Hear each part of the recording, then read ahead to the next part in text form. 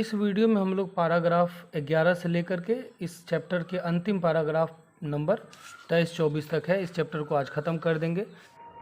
ऐसे कोई नहीं समझाएगा, आपको पता है। चलिए शुरू करते हैं पैराग्राफ नंबर 11 से। India through a travellers I. Paragraph number 10 तक ज़रूर देख लें। चलिए शुरू करते हैं। इट सीम्ड टू मी, लेखिका कहती हैं कि इट सीम्ड टू मी, मुझे ऐसा लगा। इसके बाद देखिए ये जो लाइन है यहाँ से फिर यहाँ से कनेक्ट है, बीच में भी कनेक्ट होगा, लेकिन पहले आपको यहाँ से पढ़ना होगा तब और अच्छे से समझ में आएगा। इट सीम्ड टू मी, मुझे ऐसा लगा, दैट कि all the ills of India, कि इंडिया की सभी बुराइयाँ, as I lived with Indian friends, जब मैं अपने इंडियन फ्रेंड्स के साथ रहती थी, अपने दोस्तों के साथ रहती थी, न्यू एंड ओल्ड, अपने पुराने मित्र और अपने नए जो इंडियन मित्र हैं, जो हमारे इंडियन फ्रेंड्स हैं, उनके साथ जब मैं रहती थी। इट सीम टू मी, मुझे ऐसा लगा, दैट कि all the ills of India, कि इंडिया की सभी बुराइयाँ, could easily have been mended, आसानी से समाप्त हो सकती हैं, हो सकती थी, if there had been a government, कि अगर कोई ऐसी सरकार, हुज पर्पस, जिसका उद्देश्य, वाज फर्स्ट ऑफ ऑल, सबसे पहले ये हो, टू बेनिफिट द पीपल, लोगों को बेनिफिट पहुंचाए, लोगों को लाभ पहुंचाए। ऐसी अगर कोई सरकार हो जिसका उद्देश्य ये हो कि सबसे पहला लाभ किसको पहुंचाया जाए, लोगों को, rather than to live upon them, ऐसी सरकार बिल्कुल नहीं जो लोगों के भरोसे ही बैठी हो, लोगों से अपना काम चला रही हो। तो अंग्रेज़ क्या करते थे, तो अंग्रेज़ तो यहाँ से लूट करके ले जाते थे अपने देश, मतलब वो यहाँ की जनता पर निर्भर थे, वो अपना काम निकाल रहे थे, वो यहाँ के लोगों के बेनिफिट के लिए काम नहीं कर रहे थे। तो जब मैं अपने new and old Indian friends के साथ बैठी रहती थी, तब मुझे ऐसा लगा कि ऐसी अगर कोई सरकार आ जाए तो फिर इंडिया का भला हो सकता है, कुछ ही दिनों में, कुछ ही वर्षों में वो सुधर सकता है। द डेजर्ट ड्राई कंट्री, मरुस्थल मतलब रेगिस्तान की तरह सूखा हुआ यह देश। फॉर एग्ज़ाम्पल के लिए, the fruitless land between Bombay and Madras, Mumbai और मद्रास के बीच में जो फ्रूटलेस लैंड है, मतलब जो फल विहीन जो ज़मीन है, जहाँ से कोई फल कोई फसल उपजता नहीं है, वॉज ऑलरेडी फैमिस्ड, वो जगह जो है वो पहले से ही फैमिस्ड हो चुका था, वहाँ के लोग पहले से ही भूखे मर रहे थे। Although it was only February, सिर्फ फरवरी ही एक ऐसा महीना था जब, यहाँ फिर देखिए यहाँ से आपको सिर्फ सीधा यहाँ पे आना है कि फरवरी ही एक ऐसा महीना था जब हैड देयर बीन वाटर, जब इन दोनों जगहों पर पानी हुआ करता था, सिर्फ फरवरी में। And the sun hot enough to fertilise any seed, और सूर्य जो है वो, सूर्य में इतनी ताकत होती थी उसके धूप में कि किसी भी बीज को फर्टिलाइज कर सके, सिर्फ फरवरी के महीने में। उसके बाद कभी नहीं, क्योंकि उसके बाद आप वहाँ पर पानी ही नहीं रहता था, पानी ही नहीं मिलता था। And why was there no water, और वहाँ पर क्यों पानी नहीं रहता था? जो मद्रास और मुंबई का जो क्षेत्र था, वहाँ पर फरवरी के महीने के अलावा पानी क्यों नहीं रहता था? वाई नोट सिंक, सिंक का मतलब होता है खोदना, खोद करके बनाना। Why not sink artesian wells, जो आर्टेसियन वेल्स हैं, जो कुएं हैं, फव्वारे वाले जो कुएं होते हैं, जो गहरे कुएं होते हैं, वे क्यों नहीं खोदे गए? और इवन डिग शैलो वेल्स, और कुछ उथले हुए कुएं, मतलब कम गहरे वाले कुएं ही कम से कम खोद दिए जाते ताकि पानी निकाल करके खेती की जा सकती थी। सिंस आई वॉज टोल्ड, जैसा कि मुझे कहा गया, the water table was high, जो वाटर टेबल था, जो ज़मीन मतलब पानी का जो स्तर होता है, लेवल जो होता है, वो ठीक था, उसमें कोई कमी नहीं थी। But the inner weighted and exhausted people, लेकिन बल ताकत खत्म हो चुके और उदास लोगों में, मतलब एकदम थके हुए लोगों में, हैड नोट स्ट्रेंथ, उनके पास ऐसी ताकत नहीं थी, टू टेक सच इनिशिएटिव, कि इस तरह का पहल कर सके, कुआं खोदने का काम कर सके, क्योंकि यहाँ के जो लोग थे उनकी शक्ति ख़त्म हो चुकी थी, लोग भूखे मर रहे थे, ताकत नहीं था कुआं खोदने का। ऐसी स्थिति थी उस समय लोगों के पास, लोगों का मनोबल टूट चुका था। After the years of colonialism, इतने सालों से जो लोग उपनिवेशवाद के जंजीरों में जकड़े हुए थे, शोषित हो रहे थे, उसके बाद लोगों के पास इतनी हिम्मत नहीं थी कि वो कुआं खोद करके खेती कर सके। It was more than that, और स्थिति जो थी उस समय की वो इससे भी भयावह थी। द वर्स्ट रिजल्ट, जो सबसे बेकार रिजल्ट था, जो सबसे खतरनाक रिजल्ट था, परहैप्स शायद, of the colonialism system was to provide the subject people with an infinite excuse against work and so against helping them selves.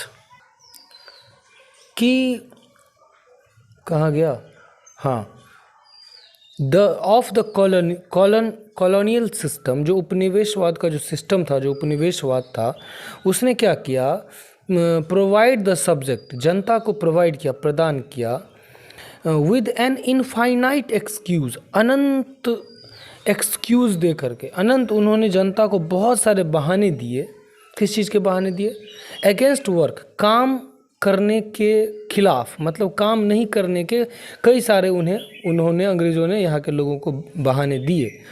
And so against helping themselves, और मतलब अंग्रेज़ जो हैं वो भारतीय लोगों की हेल्प नहीं कर सकते थे, यहाँ पर कुआं नहीं खुदवा सकते थे, इसके खिलाफ अंग्रेज़ों ने बहुत सारे बहाने दिए, असंख्य बहाने दिए, मतलब कुछ भी करके यहाँ के लोगों की कोई भी मदद नहीं करनी है। ठीक है, अब यहाँ के लोगों की भी कुछ गलतियाँ थी। वो क्या थी, वो देखिए, you are responsible for me is always the sullen attitude of the subject to the ruler.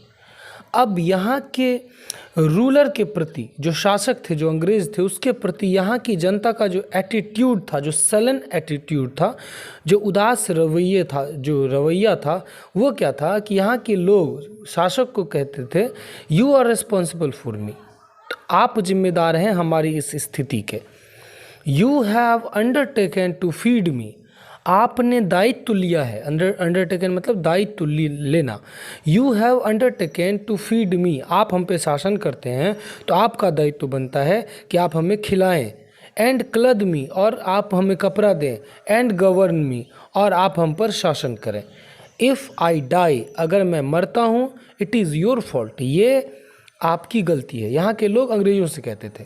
There where, मतलब यहाँ के लोग जो है वो हमेशा शासक को, रूलर को एक्सक्यूज़ करते थे, खुद काम करने की हिम्मत नहीं जुटाते थे, नहीं करते थे। There were always the British to blame, हमेशा ब्रिटिश को ब्लेम किया जाता था, अंग्रेज़ों को ब्लेम किया जाता था। And certainly the blame was not always just, और निश्चित रूप से जो ब्लेम होता था, जो ब्लेम किया जाता था, वो हमेशा जस्ट नहीं होता था। ब्लेम वो मतलब हमेशा उचित ब्लेम नहीं होता था।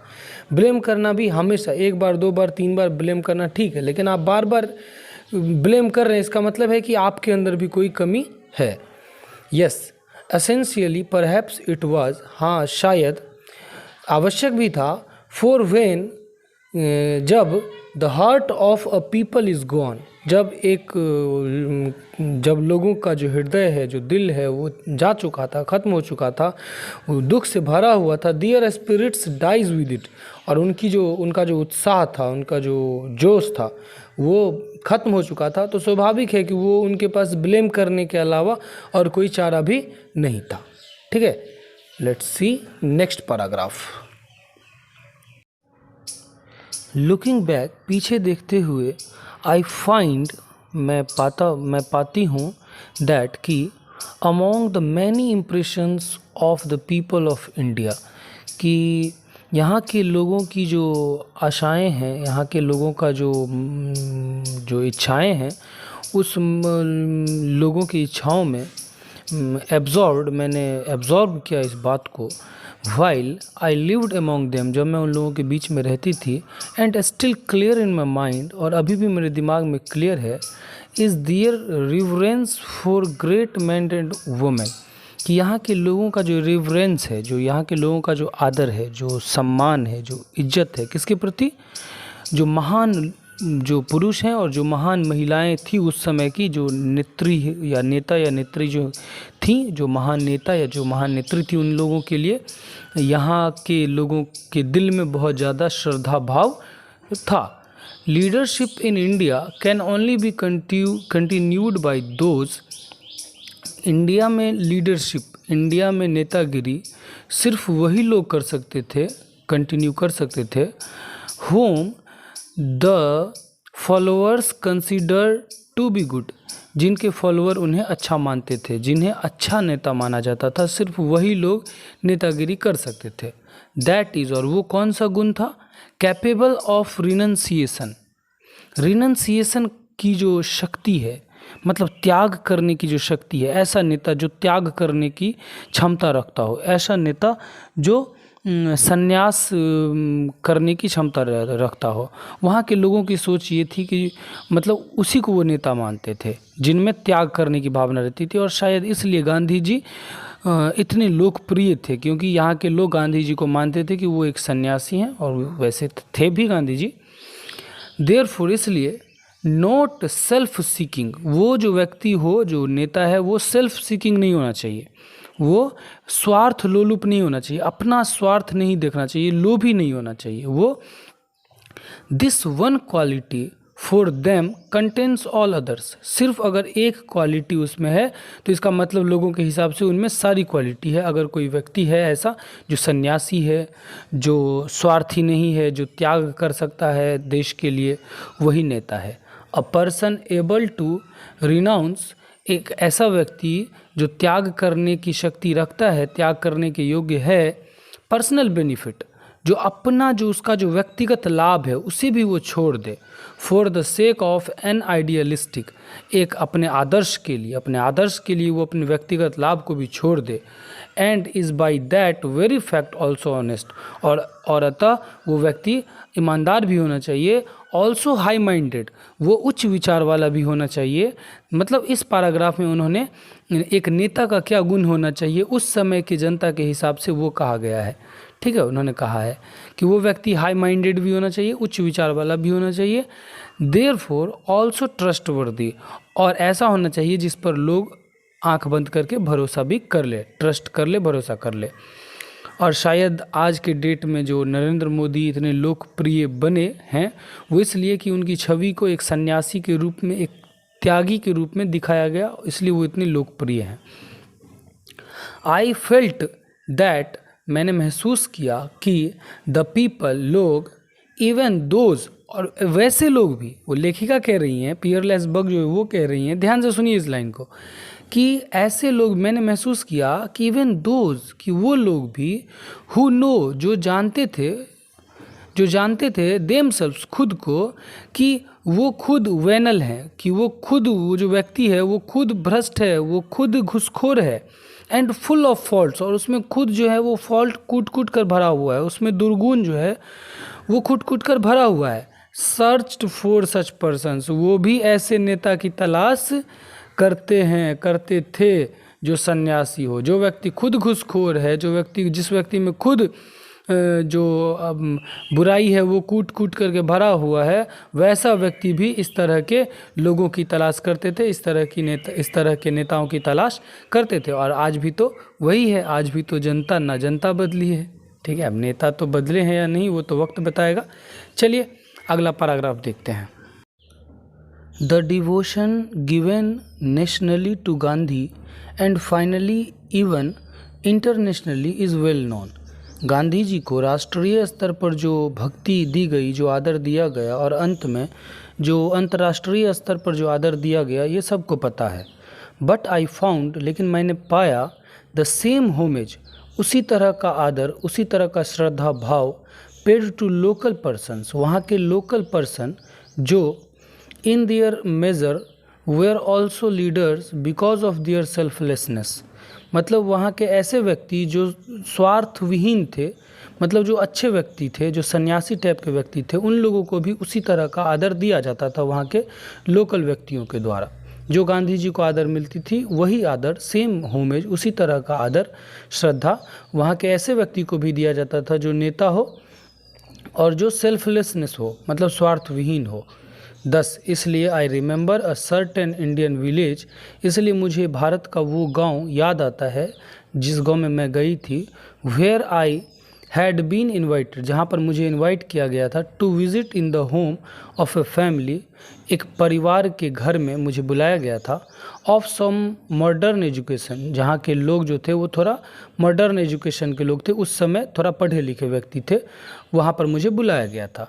दो यद्यपि, नॉट मच, वो लोग ज़्यादा अमीर नहीं थे, एंड सम मीन्स दो नॉट वेल्थ, ना ही उनके पास ज़्यादा धन था और ना ही कुछ ज़्यादा कुछ था, फिर भी मुझे बुलाया गया था। The house was mud walled, जो घर था वो गोबर का मड से, जो कीचड़ होता है मिट्टी से वो दीवार बनी हुई थी उनके घर की दीवार। And the roof was made of thatch, और जो रूफ था, जो छत था, वो टैच मतलब घास फूस की बनी हुई थी।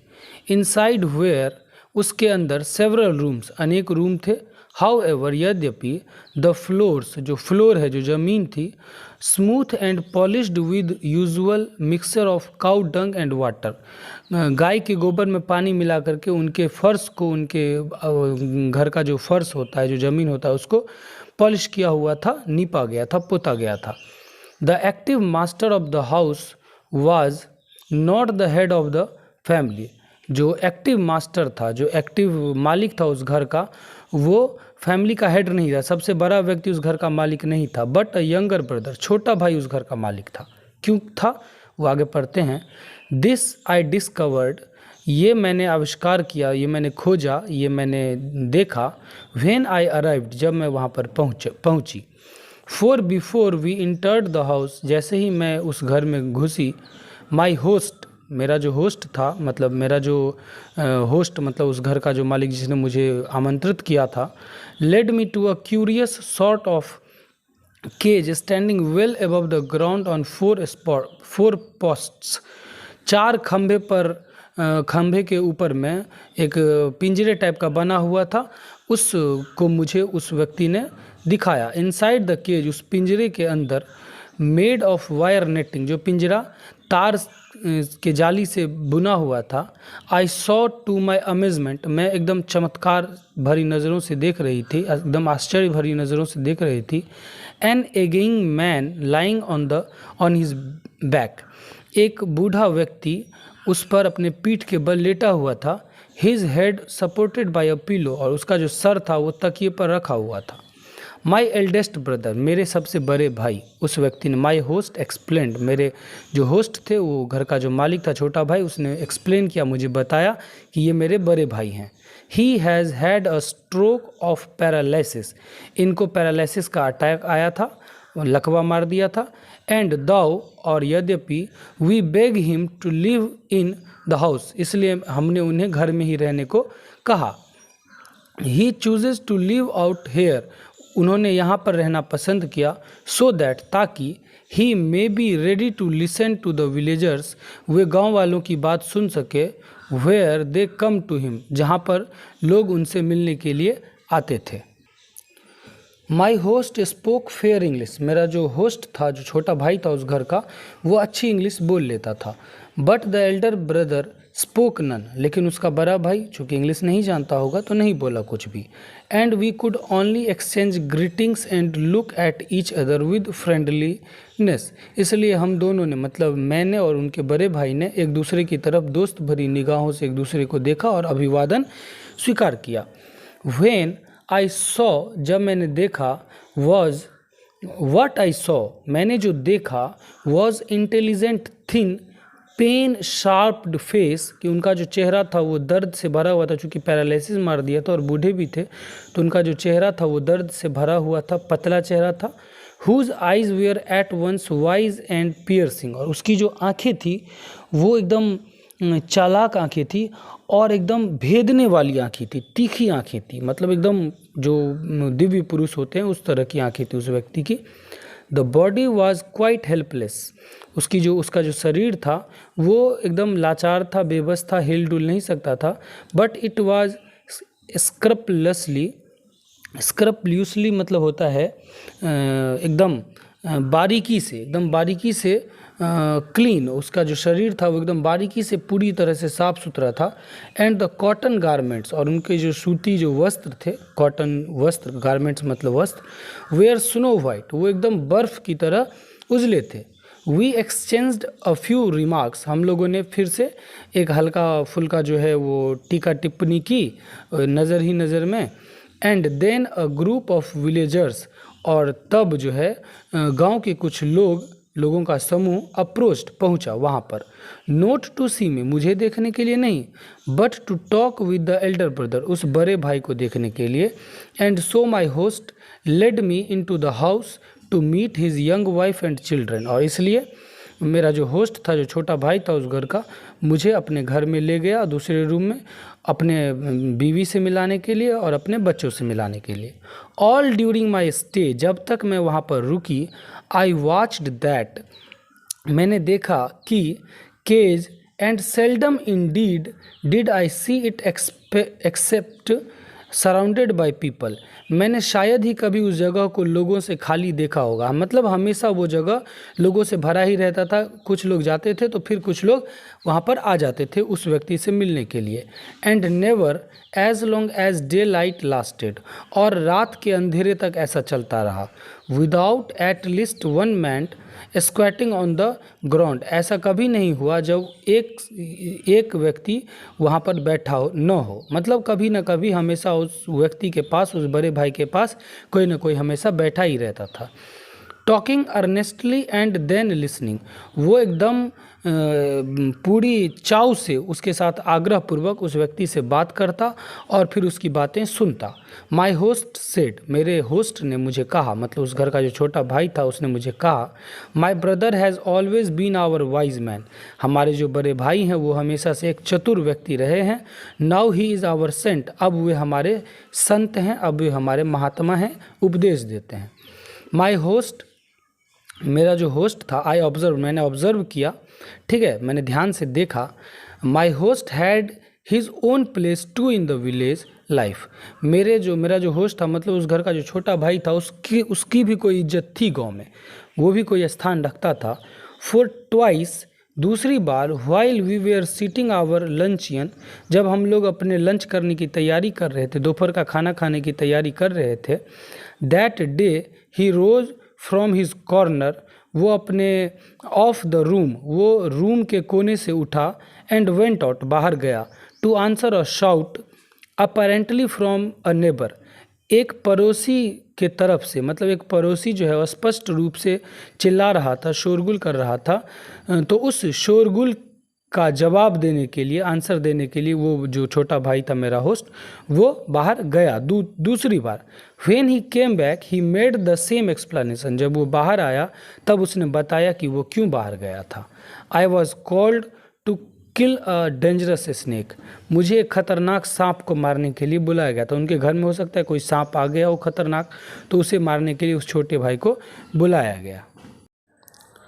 उसके बाद है the luncheon was plain country fare, कहती हैं कि वो जो लंच था, जो उन्हें जो मिला खाने में, वो एकदम सिंपल देसी खाना था। फेयर मतलब यहाँ पर भोजन होगा, फेयर का मतलब यहाँ पर मेला मत समझिएगा। तो फेयर जो है एकदम सादा, प्लेन मतलब एकदम सादा, कंट्री मतलब देसी, और फेयर मतलब खाना, एकदम सादा देसी खाना था। और लेंटिल्स, उसमें क्या सब था, मसूर की दाल, राइस चावल, स्पिनक बॉइल्ड वेरी मच, और वो जो है पालक था एकदम अच्छे से उबला हुआ। कंडीमेंट्स मतलब उसमें मसाले भी थे, कंडीमेंट्स मतलब मसाले।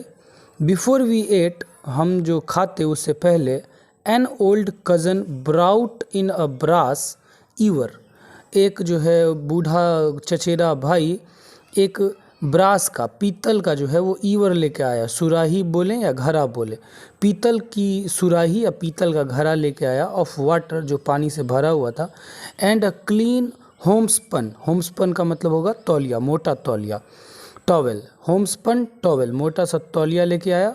For us to cleanse our hands with a necessary preliminary to eating with the fingers, हाथ से खा, चूँकि ये तो दूसरे देश की थी तो इन्हें हाथ से खाने का आदत था नहीं, ठीक है, कभी नहीं खाई थी हाथ से, इन्होंने कभी नहीं खाया था, ठीक है। तो इनको हाथ से जब खाने के लिए मिला तो कहती हैं कि एक मोटा सा तौलिया और वो पीतल के बर्तन में, ब्रास के बर्तन में, पीतल के बर्तन में पानी, क्योंकि पीतल के बर्तन में पानी जो है वो ज़्यादा शुद्ध होता है, ऐसा माना जाता है, तो पहले के लोग रखते थे। उसके बाद है chopsticks I had used all my life. मैंने अपने पूरे ज़िंदगी चॉपस्टिक का यूज़ किया है। वो स्टिक की तरह होता है, जैसे दो पेन ले लीजिए, यहाँ पे मैं दिखा देता हूँ, ऐसे रहेगा, मुझे तो होगा भी नहीं, ऐसे रहता है और ऐसे दोनों से ऐसे पकड़ के और उसको खाया जाता है, ठीक है, तो वो उसे चॉपस्टिक कहते हैं। तो मैंने अपनी पूरी ज़िंदगी तो चॉपस्टिक का यूज़ किया। प्रेफर्ड देम, मैंने उन लोगों को प्रेफर किया, ठीक है, उपाय सुझाया कि आप लोग भी नाइफ और फॉर्क मतलब वो कांटेदार वाला जो चम्मच होता है उसका इस्तेमाल कीजिए। But after I had got used to eating with my right hand, लेकिन जब मैंने अपने राइट हैंड का इस्तेमाल किया खाने में, I liked it as well, मुझे बहुत अच्छा लगा। आफ्टर ऑल, आखिरकार, what is so clean as one's own right hand washed, आखिरकार अपने दाहिने हाथ, अपना जो धुला हुआ वॉश्ड हैंड, जो धुला हुआ जो दाहिना हाथ है, उससे ज़्यादा साफ क्या हो सकता है दुनिया में, और कुछ नहीं हो सकता। आप अपने हाथ को, दाहिने हाथ को अच्छे से धो लीजिए, उससे ज़्यादा साफ क्या होगा। एंड फ्रॉम बेबीहुड, और बचपन से ही, the Indian children are taught, भारतीय बच्चों को सिखाया जाता है कि that the right hand is for clean services, कि राइट हैंड का इस्तेमाल साफ सुथरे काम के लिए करना चाहिए, सच एज ईटिंग, जैसे कि खाना हुआ, एंड द लेफ्ट हैंड में perform the more lolly task, और जो लेफ्ट हैंड है उसका काम, उसका यूज़ किस में करना चाहिए, लोली टास्क, जो गंदा काम है उसमें लेफ्ट हैंड का इस्तेमाल करना चाहिए। तो यहाँ पर, यहाँ से लेकर के और अगला पैराग्राफ जो 19 पैराग्राफ है और जो 20 पैराग्राफ है, ये दोनों उन्होंने भारत के भोजन के बारे में कहा है कि यहाँ का जो भोजन है, यहाँ के लोग खाना कैसे खाते हैं, किस तरह का भोजन करते हैं, इसके बारे में उन्होंने कहा है। इसके बाद चलिए देखते हैं, अनदर क्लीनलीनेस वाज दैट, और दूसरी सफाई ये थी कि our food was served on fresh green banana leaves instead of plates, कि हमारा जो भोजन है वो प्लेट के बदले में केले के पत्ते पर हमारा भोजन लगाया गया था। वेल कुक्ड राइस, अच्छे से पका हुआ चावल, piled on a broad green leaf, बड़े से हरे रंग के पत्ते पर उसे उड़ेल दिया गया। पाइल का मतलब होता है ढेरी लगाना, भात की ढेरी लगा दी गई। If leaf is a pleasant site, वो बहुत ही अच्छा दृश्य था, चूँकि वो पहली बार देख रही थी ये सब चीज़, तो उन्हें वो प्लीजेंट साइट, बहुत ही अच्छा दृश्य था। एंड स्टिमुलेट्स द एपिटाइट, और वो चीज़ जो है, वो पत्ते पर जो भात रखा हुआ था, वो भूख को, एपिटाइट मतलब भूख को बढ़ा रहा था, उत्तेजित कर रहा था और भूख जोर कर रहा था। इन एनी हाउस होल्ड, किसी भी घर में, वेयर कास्ट वाज ऑब्जर्व्ड, जहाँ पर जाति का ध्यान रखा जाता है, the food was placed on such leaves और on dishes of fresh pottery, वहाँ पर या तो पत्तों पर खाना दिया जाता है या अलग अलग बर्तन में खाना दिया जाता है, चाहे वो मिट्टी का भी बर्तन हो सकता है। Broken after we had finished with them, और जब वो खाना ख़त्म हो जाता है तो उसको फोड़ दिया जाता है और फेंक दिया जाता है, जैसे केले का पत्ता हुआ है उसे भी फेंक दिया जाता है, और कोई पॉटरी है, मिट्टी का बर्तन है, खाने के बाद उसे भी फेंक दिया जाता है, तो ऐसे ही होता था। My host fulfilled the requirements of his caste by eating in the opposite corner of the room, और मेरा जो होस्ट था, मतलब जिसके यहाँ मैं गया था, वो व्यक्ति जो था, वो अपने कास्ट का, मतलब अपने जाति का जो रिक्वायरमेंट्स है, जो रीति रिवाज है, उसका पूरा ध्यान रख रहा था। और by eating in the opposite corner of the room, और जिस रूम में हम खा रहे थे तो एक कॉर्नर में हम थे, एक कोने में, और एक कोने में वो सामने के कोने में वो खा रहा था। हो सकता है कोई विधि विधान हो। And sitting on the floor with his back to us, और वो जो है बैठा हुआ था फ्लोर पे, ज़मीन पर। By now I had learned to overcome my first feeling about a distance such as this, और पहली बार मुझे पता चला कि it was simply a private devotion to a religious feeling, ये जो चीज़ें थी, वो जो कर रहा था, वो बस एक धार्मिक काम था। एंड नॉट इन हॉस्पिटलिटी, ये कोई, जैसे हॉस्पिटलिटी का मतलब होता है मेहमान नवाजी, और इन हॉस्पिटलिटी का मतलब ये कोई ख़राब मेहमान नवाजी नहीं कर रहा था, वो अपनी अपना जो उसका जो जाति या उसका जो धर्म था उसके हिसाब से वो अपना कर रहा था, ठीक है। मेरी हॉस्पिटलिटी ये नहीं कि मुझे ख़राब मेहमान नवाजी कर रहा था, ऐसा नहीं है, ठीक है। तो यहाँ पर अगला पैराग्राफ देखते हैं। अगला पैराग्राफ है religion is ever present in Indian life. Religion जो है, धर्म जो है, वो हमेशा से भारतीय ज़िंदगी में विराजमान रहा है, ठीक है, विद्यमान रहा है। In its best as well as in its worst aspects. ये जो धर्म है वो यहाँ पर अपने सबसे सुंदरतम रूप में और सबसे खराब रूप में भी रहा है। मतलब यहाँ पर जो है धर्म का सबसे सुंदर रूप भी देखने को मिलेगा और सबसे खराब रूप भी देखने को मिलेगा। फॉर देयर, इसके लिए, एज एल्सवेयर, दूसरे शब्दों में अगर कहें, फैनेटिज्म रीचेज इनटू एविल। यहाँ पर जो धर्मांधता है, मतलब धर्म में जो लोग अंधे हो चुके हैं, ये एक बुराई का रूप ले रहा है या ले चुका है, पहुंच जाता है। यहाँ की जो धर्मांधता है इस देश की, भारत की, वहाँ पर धर्म में अंधे लोग बुराई का रूप ले लेते हैं। I liked the simple acceptance of religious motive. मुझे पसंद है या मैं पसंद करती थी जो साधारण एक्सेप्टेंस होता है, जो साधारण ग्रहण करने की जो क्षमता है, ऑफ रिलीजियस मोटिव, जो धार्मिक जो बातें हैं, जो धार्मिक जो ज्ञान है, ठीक है, उसे आप साधारण एकदम सिंपल से उसको आप एक्सेप्ट कीजिए, ग्रहण कीजिए, वो बढ़िया चीज़ है, ठीक है, धार्मिक जो उद्देश्य है उसे। हाउएवर, यद्यपि आप अंधे मत हो जाइए। And the perfect freedom to behave as one's religion moved the soul.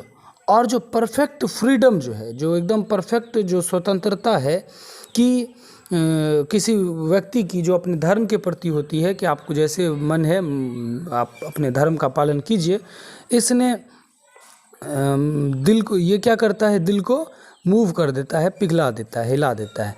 ऐसे ही मेरे साथ एक घटना घटी, वो कह रही हैं, मैं नहीं कह रहा हूँ। Thus in my life first Indian family, ऐसा ही मुझे याद आता है कि एक परिवार था, मेरा पहला हिंदुस्तानी परिवार था। An intellectual and fairly well to do one, और वे लोग अच्छे पढ़े लिखे थे और सुखी संपन्न भी थे। वेल टू डू का मतलब होता है सुखी संपन्न, अमीर आदमी, ठीक है। तो वे लोग पढ़े लिखे भी थे और अमीर लोग भी थे।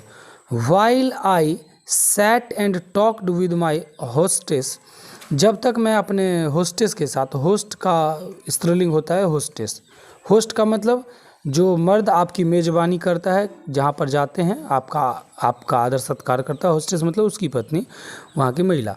तो मैं उनके साथ बैठा हुआ था उनके लिविंग रूम में। एन इंडियन जेंटलमैन केम इन, और एक इंडियन, भारतीय जेंटलमैन अंदर आ जाता है, ठीक है, विदाउट स्पीकिंग टू अस, बिना हम लोगों को कुछ बोले वो घर के अंदर आ जाता है। एंड मूव्ड ग्रेसफुली, और एकदम आदर से, एकदम धीरे धीरे, gracefully, to the far end of the room, वो रूम के एकदम एक कोने में चला जाता है। हिज बेयर फीट, उसका जो नंगा पाँव था, मतलब चप्पल या जूता उसने बाहर ही खोल लिया था, घर के बाहर ही। साइलेंट अपॉन द फ्लोर, एकदम शांति से वो फ्लोर पर, ज़मीन पर चलते हुए वो एकदम घर के एकदम एक कोने में चला गया। देयर ही नेल्ट, नेल्ट का मतलब होता है घुटने टेकना, वहाँ पर वो घुटने टेक कर बैठ गया। हिज हेड बोर्ड, और उसका सर झुक गया। And so remained for perhaps a quarter of an hour, और वो लगभग मतलब 15 मिनट तक, क्वार्टर ऑफ एन आवर मतलब 15 मिनट तक वो लगभग वैसे ही झुका रहा, अपना गर्दन झुका के बैठा रहा। When I glanced at him, जब मैंने उसे देखा, क्यूरियसली, क्यूरियसली का मतलब होता है एकदम कौतूहल पूर्वक, ये क्या कर रहा है, मुझे पता नहीं था। माई होस्टेस, जो महिला थी, उस said in a manner entirely casual, उसने एकदम आराम से मुझे कहा, it is my husband's eldest brother, ये मेरे पति के सबसे बड़े भाई हैं। He comes here during the day, वो दिन में आते हैं। एट हिज प्रेयर टाइम, अपने प्रार्थना के समय में, पूजा के समय में। सिंस हिज ओन होम, क्योंकि उनका जो अपना घर है, is at some distance from his place of business, जहाँ पे वो काम करते हैं, वो उनका घर वहाँ से थोड़ा दूर है, तो वो मेरे ही घर पे आके पूजा प्रार्थना कर लेते हैं। तो ये चीज़ मुझे अच्छी लगी थी, ठीक है। लेकिन यहाँ पर लोग धर्म में अंधे हो जाते हैं, मार काट करते हैं, ये सब चीज़ें मुझे पसंद नहीं है, जो भारत में बहुत ज़्यादा है। और ये कुछ अच्छी चीज़ें भी देखने को मिलती हैं और कुछ बुरी चीज़ें भी देखने को मिलती हैं, ठीक है। उसके बाद है When the prayer was over, the brother went away again. और जब प्रेयर ख़त्म हो गया तो भाई फिर चला गया वहाँ से। And it was not until later that I met him. And then it was outside of prayer hours. और फिर उसके बाद मैं उनसे भी मिला, ठीक है। चलिए अगला पैराग्राफ देखते हैं, और लास्ट 23 है, उसके बाद 24 नंबर पैराग्राफ है। अगर अच्छा लग रहा हो तो प्लीज़ लाइक कर दीजिएगा, अच्छा लगता है, और चैनल को सब्सक्राइब कर दीजिएगा। और मेरा एक और चैनल है प्राउड टू बी बिहारी, उसे भी सब्सक्राइब कर दीजिएगा प्लीज़, और शेयर कर दीजिए अपने फ्रेंड्स के साथ। कुछ पूछना हो तो टेलीग्राम पर ट्यूटोरियल प्लानेट सर्च कर सकते हैं, वहाँ पर आप हमें मैसेज कर सकते हैं, व्हाट्सएप पर भी मैसेज कर सकते हैं। चलिए देखते हैं। My life has been too crowded, मेरी ज़िंदगी बहुत भीड़ भरी रही है, विद ट्रेवल्स, यात्राओं की वजह से, and many people for me to put it all within the covers of one book. एक किताब में मैं सारे लोगों के बारे में लिख दूँ, ये संभव नहीं है। हाउएवर, यद्यपि, एंड इंडीड, और वास्तव में, all my books have not been enough to tell the things I would like to tell. मेरी सारी किताबें मिलकर भी वो नहीं कह सकती जो मैं कहना चाह रही हूँ, क्योंकि इतनी सारी बातें मैं किताबों में लिख नहीं सकती। ईयर्स आफ्टर, सालों बाद, आई लेफ्ट इंडिया, मैंने इंडिया छोड़ा। I wrote come my beloved, मैंने लिखा आओ मेरे प्रेमी आओ।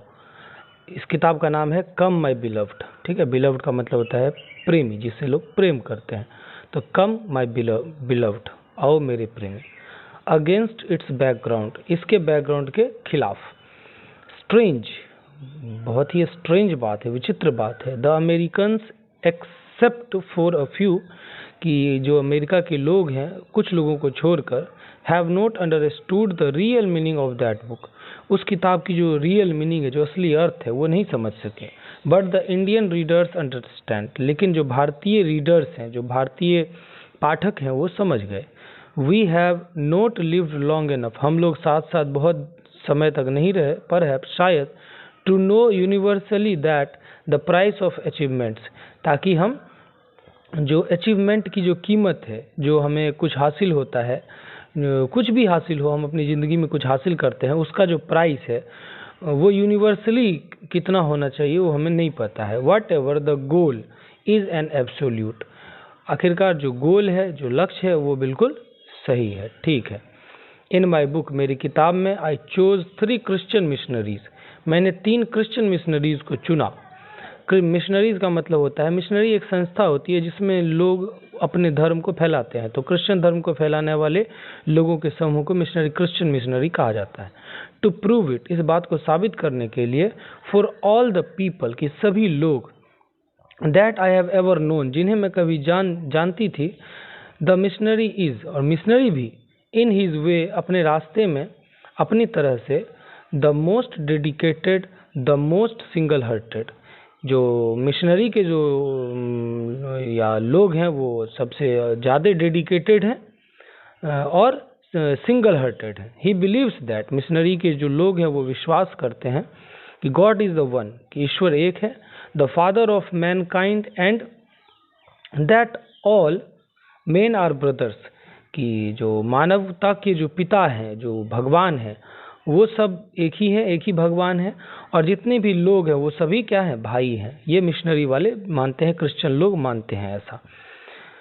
क्योंकि मैंने दुनिया में जितने लोगों को देखा उसमें क्रिश्चियन लोग मुझे ज़्यादा डेडिकेटेड लगे, समर्पित लगे। At least the Christian says, Christian भी कहते हैं, कम से कम कहते हैं, ही सो बिलीव्स, वे लोग विश्वास करते हैं, ऐसा विश्वास करते हैं, एंड सो ही प्रीचेज, और इसलिए वो ऐसा प्रीच करते हैं। प्रीच मतलब होता है उपदेश देना, कि वो लोग ऐसा विश्वास करते हैं, इसलिए ऐसी भाषण देते हैं, ऐसा उपदेश देते हैं।